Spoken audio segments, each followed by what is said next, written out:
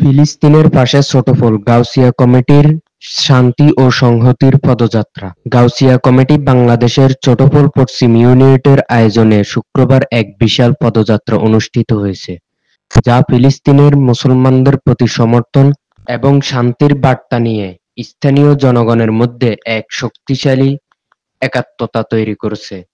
পদযাত্রাটি পশ্চিম ছোটফুল বাইতুল জান্নাত জামে মসজিদ থেকে জুমার নামাজ শেষে শুরু হয়।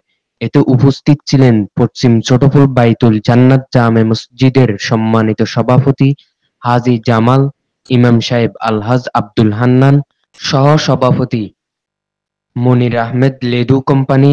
এ সময় অন্যান্যদের মধ্যে বক্তব্য দেন মোহাম্মদ মঞ্জুর আহমেদ, মোহাম্মদ নাসির, ডাক্তার সামেদ নুরুদ্দিন সহ অন্যান্য বিশিষ্ট ব্যক্তিরা। পদযাত্রাটি শাপলা কমিউনিটি সেন্টার থেকে শুরু হয়ে বেশ কিছু গুরুত্বপূর্ণ রাস্তায় প্রদক্ষিণ করে। এরপর শাপলা কমিউনিটি সেন্টারের সামনে উপস্থিত সকলে একত্রিত হয়ে বক্তব্য প্রদান করেন। বক্তারা ফিলিস্তিনের মুসলমানদের প্রতি তাদের ন্যায্য অধিকার আদায়ের সংগ্রামে সমর্থন জানান এবং আন্তর্জাতিক সম্প্রদায়ের প্রতি মানবাধিকারের প্রতি শ্রদ্ধা ও শান্তির জন্য তাদের সক্রিয় ভূমিকা রাখার আহ্বান জানান। এছাড়া আয়োজকরা এই আন্দোলনকে শুধু একটি মানবিক আহ্বান হিসেবে নয়, বরং এক সশক্ত প্রতিবাদ হিসেবে তুলে ধরেন। তারা বলেন, আমরা শুধু ফিলিস্তিনের মুসলমানদের জন্য নয়, পুরো বিশ্বের মানবতার জন্য শান্তি ও ন্যায্যতা চাই।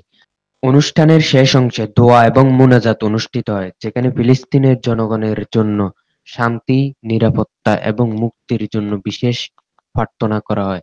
এই প্রার্থনা শুধু ফিলিস্তিনের জন্য নয়, পৃথিবীর প্রতিটি শোষিত ও নিপীড়িত জনগণের জন্য ছিল। এই পদযাত্রাটি এলাকার জনগণের মধ্যে এক বড় ধরনের সচেতনতা সৃষ্টি করেছে এবং তাদের মধ্যে শান্তি ও মানবাধিকার প্রতিষ্ঠার জন্য নতুন উদ্যম সৃষ্টি করেছে।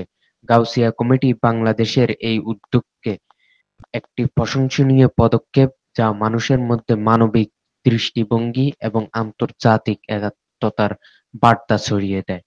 Mohammad Yusuf, channel 10 TV, Chittagong.